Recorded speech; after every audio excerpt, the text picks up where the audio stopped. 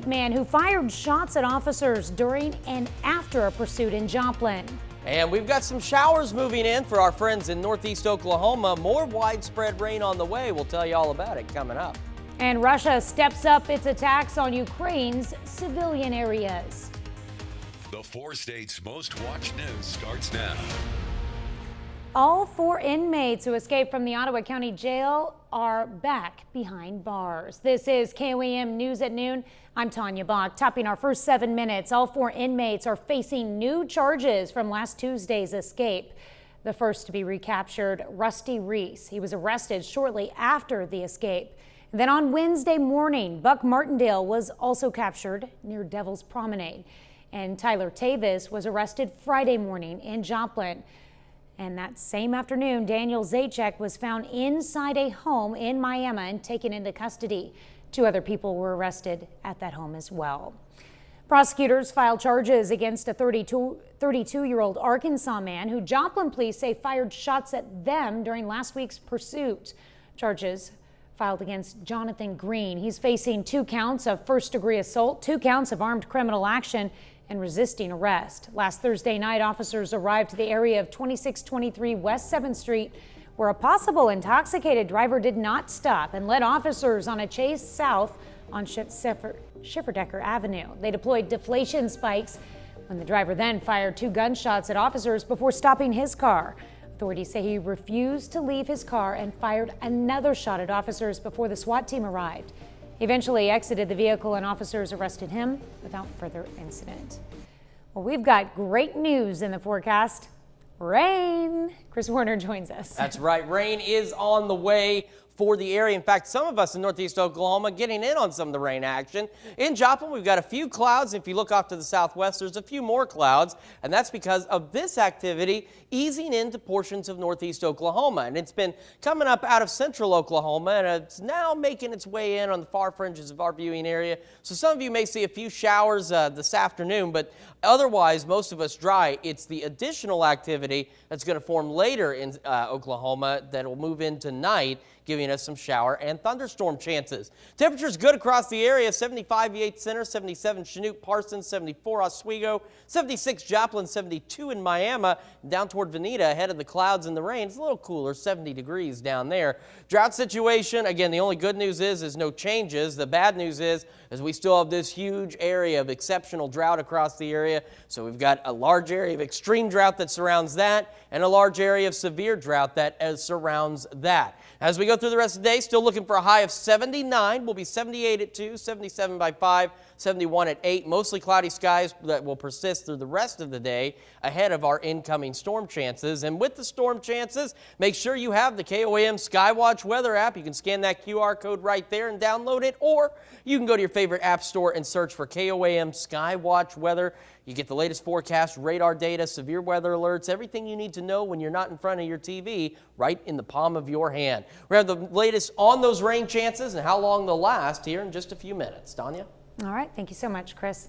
Well, as the cleanup in Florida continues, some of the Carthage Power and Electric workers are returning home. KOAM's Yana Hatula talked to a group of linemen who helped restore power. We are here in Carthage to meet with 6 Carthage water and electric plant workers who were restoring power in Orlando following Hurricane Ian. So we had to use these sticks from the ground to throw them back in. As Hurricane Ian swept through Florida, millions of customers lost power. Once the storm moved out, a crew from Carthage Water and Electric Plant was ready to help. A lot of the stuff was down in backyards and houses, and the overgrowth of the trees and stuff back in those lines made it tough to get lines strung back up sometimes. First, the crew fixed power for the critical outages at places like hospitals. They moved on to individuals later on. Crew members told me the hardest part was driving through water. I've never worked in anything like that where we were pushing our trucks through 2.5 to 3 foot of water just to get to the residents to restore their power. With the flooding, wild animals such as alligators and snakes were pushed out from their habitat. Come across one alligator, was about 50 foot away from us on a pole, but that alligator didn't even move while we was there, so that was a little interesting. We've never seen that before. The Floridians who did not evacuate were appreciative for the work of the crew. They were curious how we were doing things and all that, especially with the kids. The kids were always coming up. They were having fun with the water and getting to know us. We have really good equipment to work with, and it was just nice to be able to go down there and help them out the best we could. In Carthage, Janna Hautala, KOAM News. The crew members were just a few of the hundreds, if not thousands, that responded to help Florida. Well, the war in Ukraine is intensifying in civilian areas. After a bridge blew up in Crimea over the weekend, Russia unleashed a series of deadly attacks on Ukrainian cities far beyond the front lines. Natalie Brand has the latest. Russian bombs left the streets of Kyiv, Ukraine's capital city, in flames. The blast striking densely populated civilian areas, one even hitting a children's playground.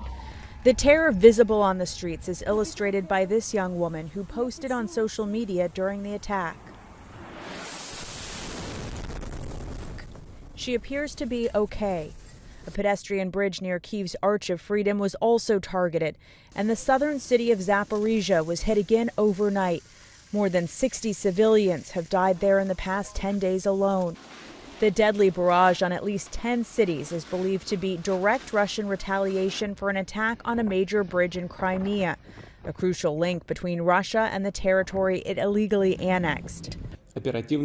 Russian President Vladimir Putin called it an act of terrorism aimed at destroying civilian infrastructure and warned of, quote, harsh retaliation. With Russia stepping up attacks, the U.S. Embassy is urging Americans to shelter in place and leave Ukraine when it's safe to do so.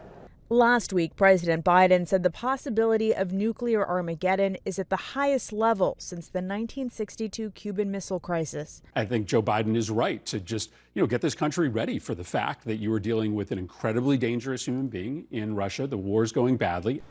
As Ukraine braces for more attacks, President Volodymyr Zelensky, in a televised address, said Russia is trying to destroy us and wipe us off the face of the earth and to spread panic and chaos.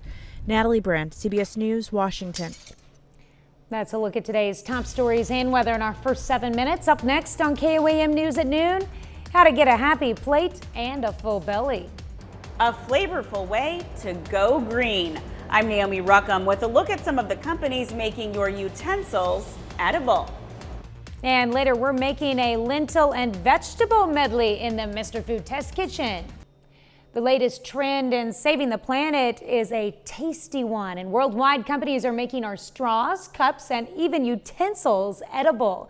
Naomi Ruckham shows us some of the more delicious ways to go green. For catering business Bartleby and Sage, their famous mac and cheese is always a hit. What makes the dish so special? It's served on a spoon you can eat. So we're talking mac and cheese with 5 cheeses on a cheese-flavored spoon. Yes, so you kind of have to love cheese. I do. All right, cheers. Cheers. Boston area company Edibles by Jack makes the spoons, which come in 18 flavors from savory to sweet. People are choosing these products because the client themselves wants something sustainable, wants something fun that elevates their menu. And the caterers believe they serve up a double dose of delicious and practical. We were an early adapter because we just thought that was a great way to serve the food, and you can also eat the spoon, and then your waiters don't have to go around picking up the dirty spoons. Other brands around the world are launching their own innovative ways to bite the utensil that feeds you. These edible straws from Sorbos are completely biodegradable and last in cold drinks for up to 40 minutes. The water is definitely still water, but the little aftertaste of the strawberry, it's like candy. Italian coffee maker Lavazza has made an espresso treat that comes in an edible cookie cup. And a company called Incredible Eats sells spoons and forks with flavors like chocolate, vanilla, oregano chili, and black pepper. Not bad. Like a cracker. You'll have to fork out extra cash for an edible utensil, priced from 25 cents each to more than $1. Compare that to standard plasticware, which costs as little as 4 cents a piece. Is it something you would pay extra for?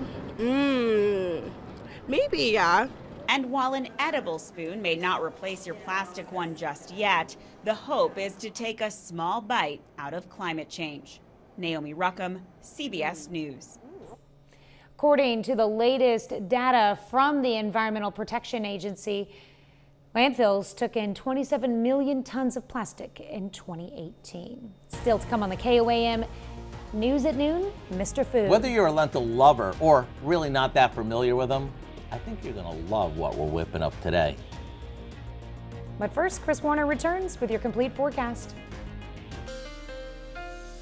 Well, we've got some cloudy skies building in for a good number of us because we have rain on the way. In fact, we've got some rain in northeast Oklahoma right now, starting to skirt the edges of our northeastern Oklahoma counties. And that's associated with rain that we were tracking early this morning across central Oklahoma that slowly made its way up I-44.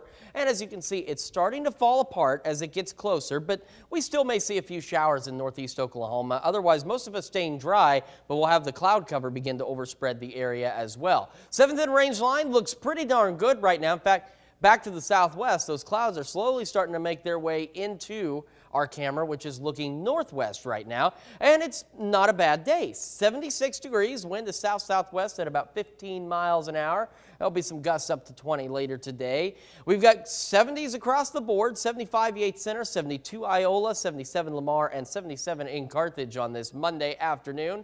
Allergy sufferers, we've been telling you the good news all morning. I want to keep sharing it. 4.5 out of 12 on the pollen count for today and a 2.7 out of 12 on the pollen count for tomorrow. Now, as we go through the rest of today, we're still looking at a high of 79 with those clouds building in. We're 78 at 2, 77 at 5, and 71 by 8 o'clock. But don't let the dry conditions, worry you, because the rain hasn't changed its mind. It's still expected to be here tonight.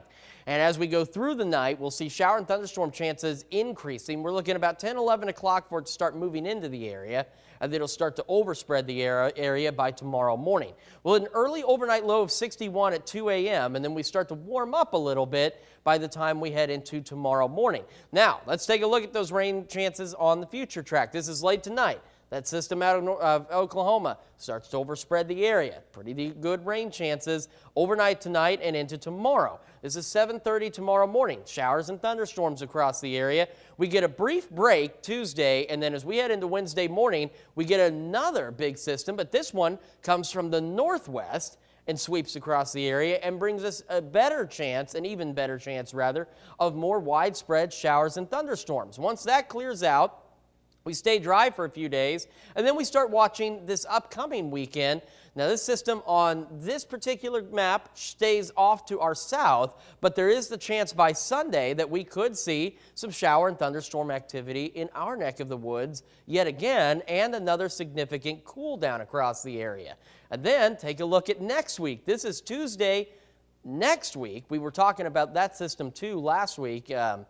As you can see, pretty expansive system off to our southwest, making its way in here by Wednesday morning. This is the one we've been talking about too that brings us another good round of rain and cooler temperatures. And of course, rain is something we have absolutely needed here across the area, and we are finally getting into that point of getting it. Now, the rain we're going to get this week isn't going to add up to a whole bunch across the area, less than an inch in most cases, but again, it's rain nonetheless, and it's rain that we absolutely need across the area, so we'll take it in whatever form we can get it. 7-day forecast now. So again, 61 tonight, 64 by sunrise. We only warm up to 68 tomorrow, 73 on Wednesday, and then we see a warming trend heading into the weekend. See 67, 75, 86, and then we watch that next system by Sunday, 65 the high. And then one other thing I did want to mention, we are keeping an eye on tomorrow and Wednesday.